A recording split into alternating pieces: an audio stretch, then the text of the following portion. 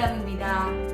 여러분들 제가 벌써 영상을 5번째 준비 중에 있더라고요. 그 사이에 구독자분들도 조금 늘어났고요. 코칭과 코칭맘에 대해서 관심을 가지시는 분들도 점점 늘어나고 있는 것 같아요.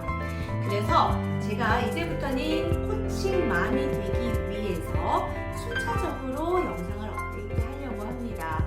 물론 코칭이 무엇이다, 코칭의 테크닉은 이거다 라고 기술 중심으로 말씀을 드려도 좋겠지만 이것은 섣불리 그래서 자녀들한테 적용을 했을 때 내가 내 마음대로 잘 적용이 되지 않거나 뭔가 효과가 나타나지 않으면 쉽게 포기를 해버리실 수가 있기 때문에 정말 기초적인 것들부터 하나씩 여러분들한테 전달 드리려고 합니다. 자, 여러분들이 코칭맘이 되겠다라고 마음을 잡수신 분들은요, 오늘 영상부터 꾸준하게 보시고 또 보고 이해했다라고 해서 행하는 게 아닌 거잖아요. 여러분들이 알고 있는 것을 행한다고 착각하시는 경우들이 가끔씩 계시는 것 같아요.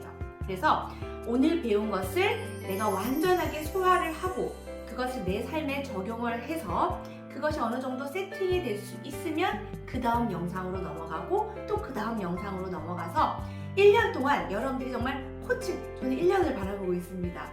1년 동안 여러분들이 코칭맘이 될 수 있게 도와드리려고 하니까 여러분들 관심 있으신 분들은 좋아요 버튼 그리고 구독 버튼 눌러주시면 제가 적극적으로 여러분들을 돕도록 하겠습니다.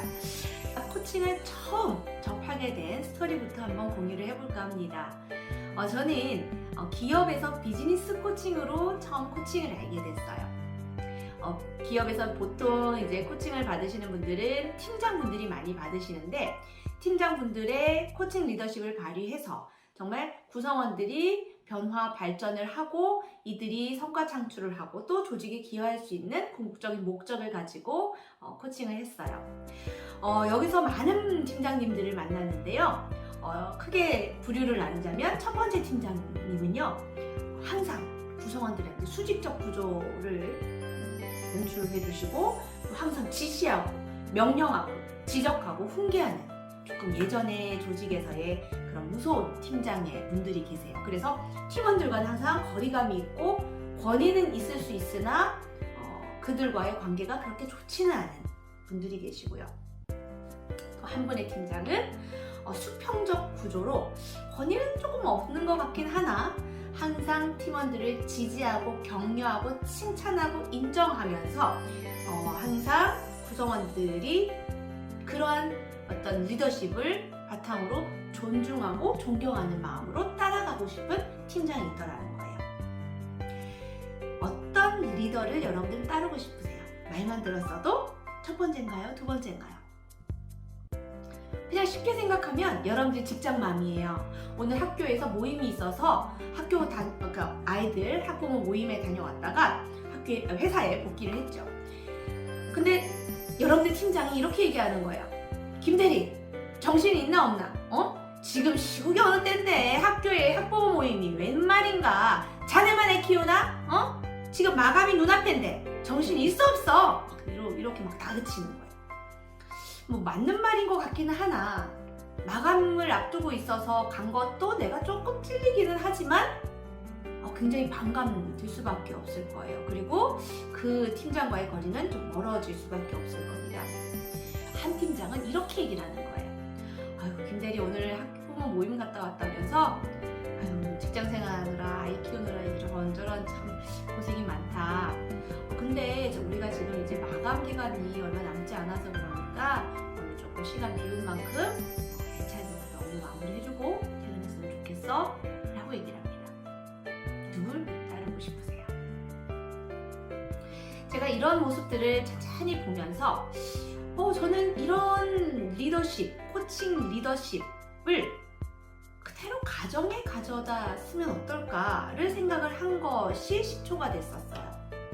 그래서 그대로 제가 코칭을 하는 것을 가정의 리더인, 대표자는 이제 아빠들이고 지금 우리는 리더, 팀장의 개념에서 접근을 해보자 해서 만들어낸 게 코칭맘이라는 용어였어요.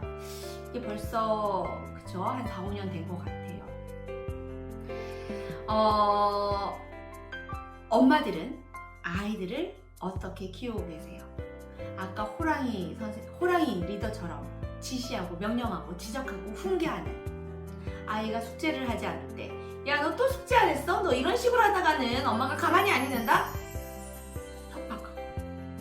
근데 어떤 엄마는 우리 아들 숙제를 좀 했으면 좋겠는데 엄마가 지지하고 잘할 수 있어, 해보자, 가능해. 과연 그게 될까요? 의구심 가지는 엄마들도 계세요. 그런데 이걸 해보기나 했나? 라고 여쭤보고 싶어요. 해봤죠! 라시는 엄마들 계세요. 몇 번 해보셨나?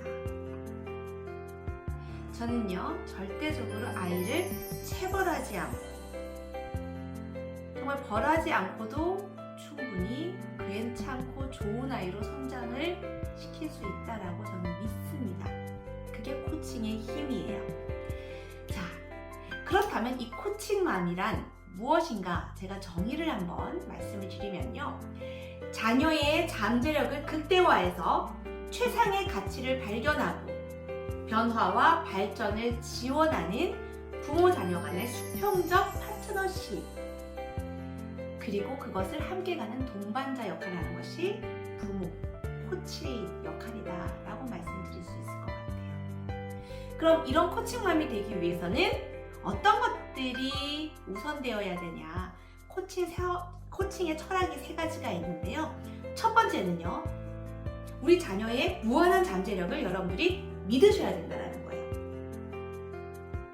설마 우리 엄마들 중에서 아이들한테 습관적으로 이런 말 하시는 분들 계세요. 야, 네가 어쭈 설마 뭐 이런 말들. 네가 되겠어? 이걸 네가 한 거야? 이거는 플러스인가요? 마이너스인가요? 근데 어떤 엄마는 이렇게 얘기를 해요. 가능해. 도전해보자. 와, 넌 정말 무한한 가능성을 가지고 있구나. 네가 해냈구나. 네가 승리했구나. 네가 극복했구나. 네가 도전했구나. 뭔가 긍정의 단어를 쓰시는 분이 계세요. 동물과 사람의 차이가 무엇인지 아세요, 여러분들? 발음이 그런 뇌 가소성 때문이라는 겁니다. 동물은요, 태어날 때부터요, 뇌가 탁 세팅이 돼서 탁 만들어져서 태어나요. 그래서 조금만 시간이 지나면 금세 4발로 걸어갈 수가 있죠. 그런데 우리 사람은요, 뇌가요, 태어날 때는 그렇게 잘 만들어지지 않은데 살아가면서 점점 변형되는 구조를 가지고 있어요. 그래서 태어나서 한 3년 동안은 온전히 엄마 품에서 아무것도 못한 채 엄마의 역할이 굉장히 크죠. 이 말은 다시 말하면 아이들을 어떻게 키우느냐에 따라서 정말 무한대의 가능성을 가지고 있다는 말과도 똑같다는 겁니다. 자, 그렇다면 두 번째 철학은요, 해답은 자녀 안에 있다는 겁니다. 좀 못 믿어오시죠? 우리 아이가 하는 것들이 좀 잘 되겠어? 제가 뭘 알겠어? 얘가 뭘 알아요? 근데 여러분들, 해답을 자녀 안에 가지고 있다. 그리고 아이는 첫 번째 철학이죠. 무한한 가능성을 가지고 있다라고 생각을 하고 아이를 살펴보잖아요. 굉장히 호기심 어리게 아이들한테 질문을 하게 돼요.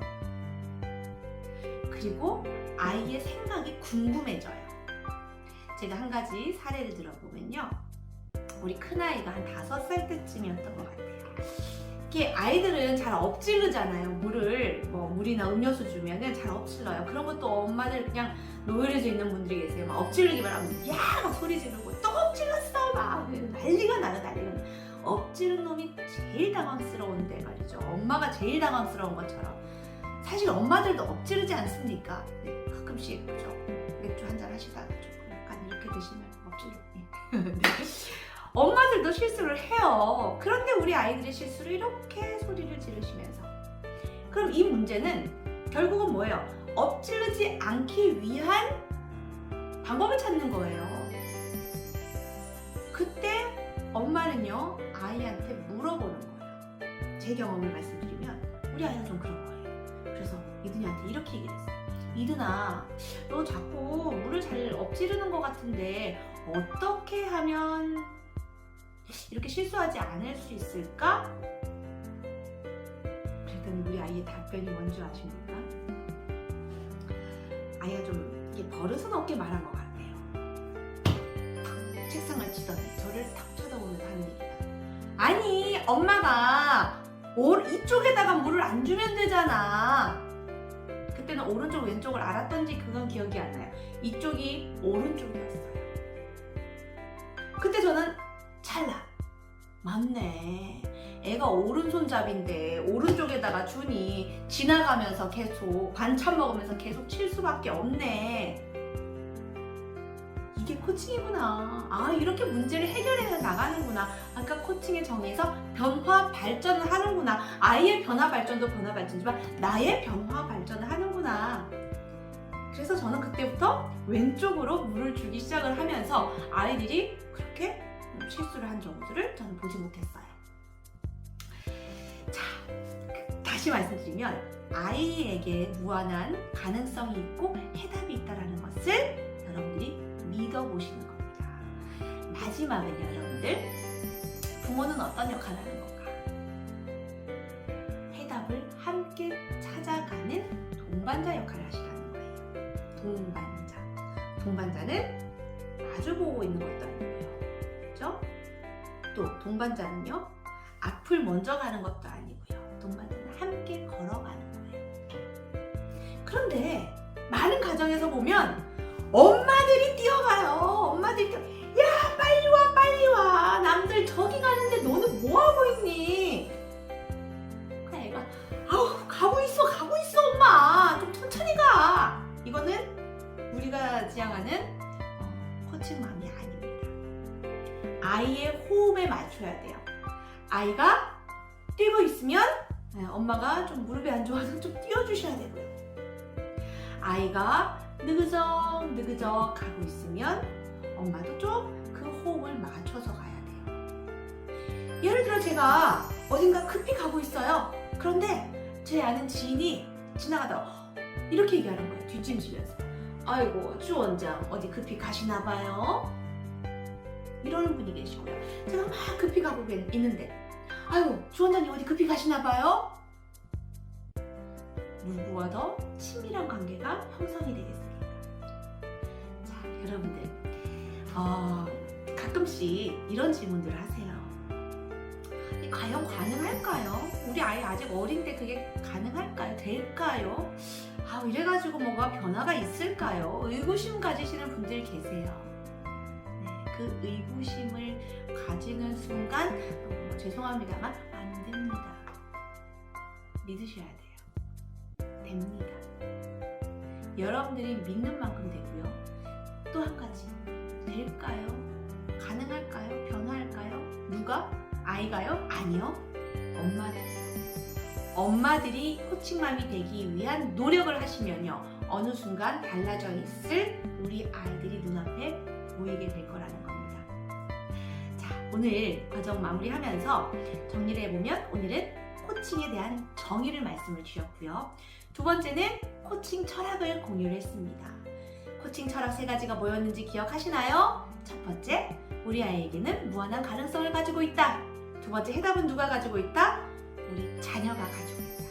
마지막 3번째, 엄마는 어떤 역할을 한다? 네, 동반자 역할을 한다 라는 것을 꼭 기억을 하시고 다음 영상에서 또 만나뵙도록 하겠습니다. 오늘 영상 유익하셨으면 좋아요 버튼, 그리고 구독해주시면 꾸준하게 코칭맘이 되기 위한 도전을 해보실 수 있을 것 같습니다. 시청해주셔서 감사합니다. 감사합니다.